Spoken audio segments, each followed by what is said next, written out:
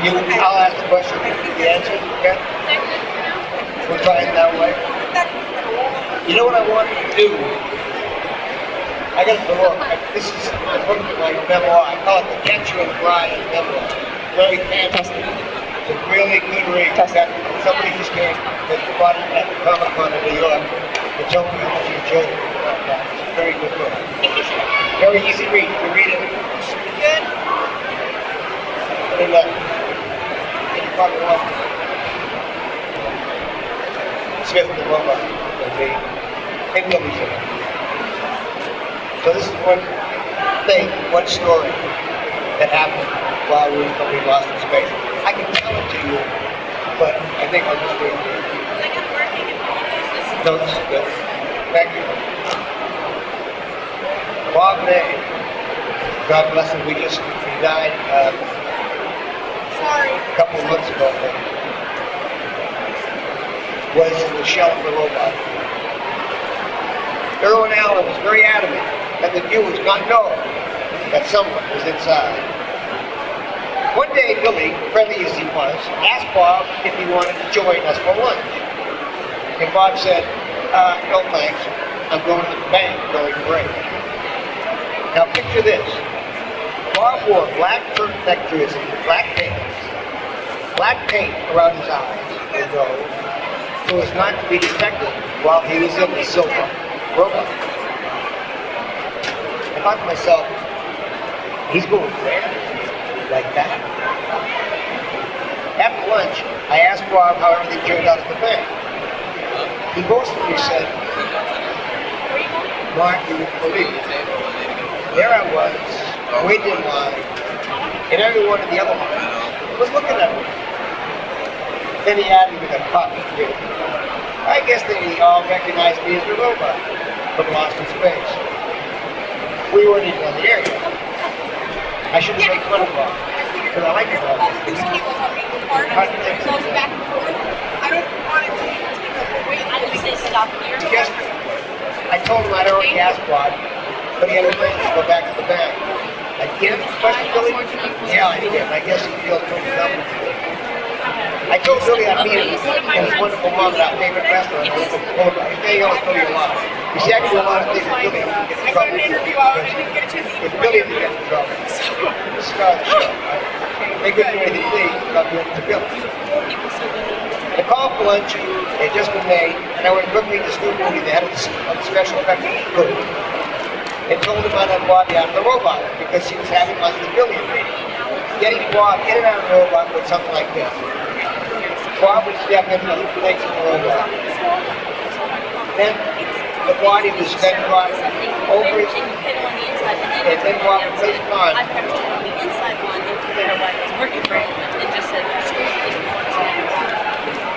The bubble would then be put over Bob's head, bolts turned to secure it. There was no way for Bob to get out of the robot. You guys are good, but I would say stay. Okay, I'm sorry. You see, I was on, and Billy me going to lunch, and me staying back. Everyone had left for lunch, and the stage was deserted. The immovable robot looked like what an immovable robot on a barren desert stage would look like. Hungry, lost, and bewildered. Stu, is that you? A squeaky, really audible voice asked as I did go up of stage 7 and then the press and cut out. Halfway through lunch, I felt like twitching guilt and excused myself. I left the restaurant feeling like a criminal who returns to the scene of the crime. I entered the stage and was struck by what I saw. In the middle of this desert, with its floating colorful plants and dull brown boulders, with a painted black backdrop of blue sky, was the metallic figure of the robot. But it was not as I left it. The robot was on fire. I've killed the robot! I screamed aloud as I rushed across the desert to the smoking automobile. The bubble-headed movie, as Dr. Smith loved to call it, looked like an overheated Ford station wagon as billows of smoke escaped from around the bubble head. Fortunately, that's all it was. Smoke. Smoke from a cigar. I quickly unloaded the bubble and let Bob out.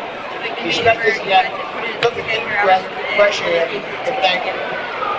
Anytime, Bob, I said, anytime. I felt pretty proud of what I had done. and actually felt good that my conscience was still intact. I tell stories about Lost in Space about the robot and Billy and a lot of things we did. Yeah, you're only allowed like $5. A lot of funny stories. It was hard. Yeah, like I said, Billy was great. It was especially for when me. starting I was 28. It was so expensive. And Billy You get was like a drink 12. and a slice of pizza. And, you know, you never get in trouble. Yeah, right, but not everyone You is, get to see you know. these things. Some people Nothing's going to happen. So I'm going to put this down. Wow. Number 10 got it. We shot him down. Johnny Ringo, my first series. Do you all hear me? This is bad. Is this hard to hear this? Big? Is it too low? I'm sorry. Anyway, I was just reading scenes from my book, The Space and Back, that I just finished. And I tell stories about Boston Space, and it's a memoir about my life. And I call it the Catcher in Rye, Catcher in the Rye of memoir. It's very irreverent, funny, you know, it's very open, very candid book. So if you have any questions about me, my career, or what I went through, or anything you want, I went out to California. I did Johnny Ringo in Western. I did the detectives with Robert Taylor for 3 years before I did Lost in Space. Then I came back, went through a couple of marriages, divorces, the usual thing at home. You know. Then I came back and I was on Broadway with Liza Minnelli and did a musical that was directed by Martin Scorsese. And that was the highlight, I guess, of my acting career. Being on Broadway with Liza, I think that was really good. And then I got old. Not that old, but I was in my 50s, and I didn't want to wait around Hollywood for the next job to come along, not knowing when it was going to come. So I came back to Boston, and I finished my education, and I got my master's in special education, and I worked with kids with behavioral problems at a residential facility where the kids went to school. I took today off, but I work all right through the summer, the whole bit. And I do these shows as much as I can. But I have a senior in high school who's going to college, and forget it, it's too expensive. But he's going. He got into Brown, Georgetown, Johns Hopkins, Cornell, getting a lot of good schools. They all get $50,000 a year. And my wife and I are both teachers, so being middle class, we can't get any help. Colleges are squeezing out the middle class. They take the rich kids and pay full tuition and take that money and give it to poor kids, which is good. They don't have the money to get in. You know, these people who are middle class without anywhere to go, and no matter how smart their kids are. And like I said, my kid get into Brown, Johns Hopkins, Georgetown, DC. He got a full scholarship at Boston University. That's a lot of money. But I don't want to go there. Anyway, that's enough about him. Let's take some questions. Any questions?